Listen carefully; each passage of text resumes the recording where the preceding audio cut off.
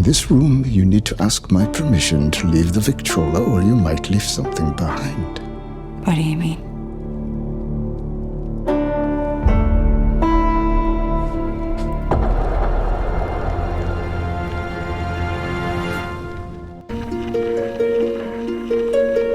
In episode 5, we knew we wanted to use the element of Julien's victrola in the story. We knew we wanted Rowan to end up in the victrola, sort of understanding Julien and the family and what's at stake with Lasher. That episode was so cool, and the way that they shot it with the dollhouse and going into this world was really interesting. And working with Ted Levine was incredible. That's me?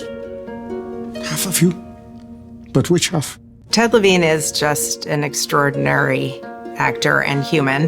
There was nobody else we wanted to be Julien. It was so exciting to get him, and it was so exciting to talk about the character with him. Are they right? Did you really wipe Cortland's memory? He just lives in the details in a way that's extraordinary. Is this really the conversation you want to have before you die? Getting to enter this other world with this new character and spend time really embracing the magic that is possible in a show like this was incredibly fun. Hey, I'm still in here! Turn off the music. Already? Yep.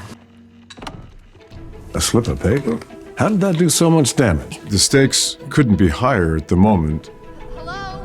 There are people trapped in the house in some weird dimension. It's gonna be okay. The house is falling apart. We can't find Lasher. Rowan is basically being split in half at this point. It's a big mystery, and we're trying to save her. Well? In episode 5, Alex is playing 2 characters. She's playing Rowan of the mind and Rowan of the heart. This is how she's been split.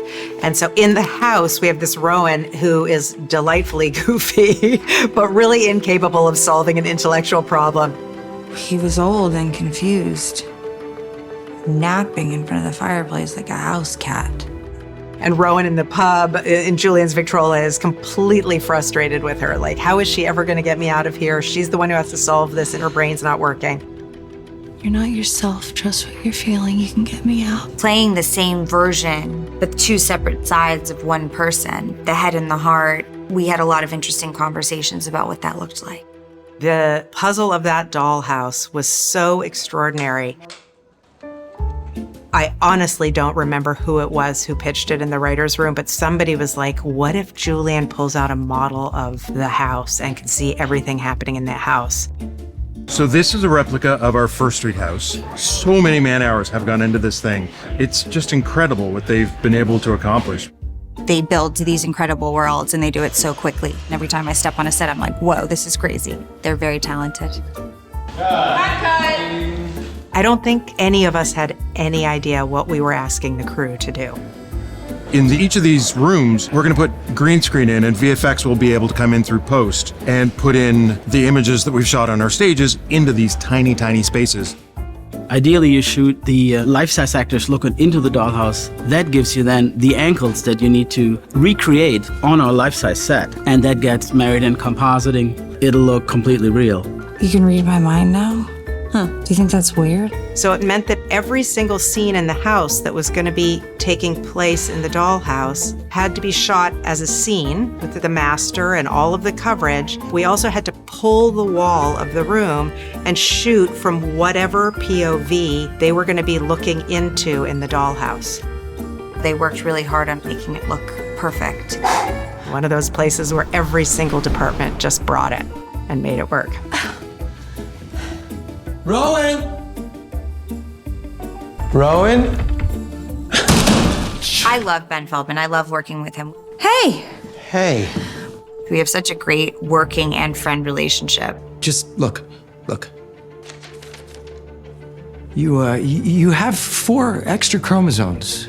She wants Lark to be there for a reason. She needs the science that he brings. She needs him emotionally. And Rowan, her normal self, is never going to ask for that or be able to tell him who she really is and let him in on the secret. It's only Rowan of the heart who can do that.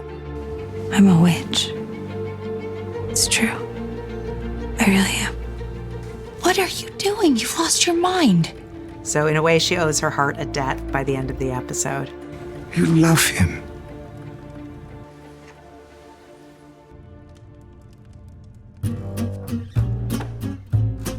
I think the end of the episode is meant to feel like a real culmination. Everybody brings something to Rowan's understanding that she's not herself.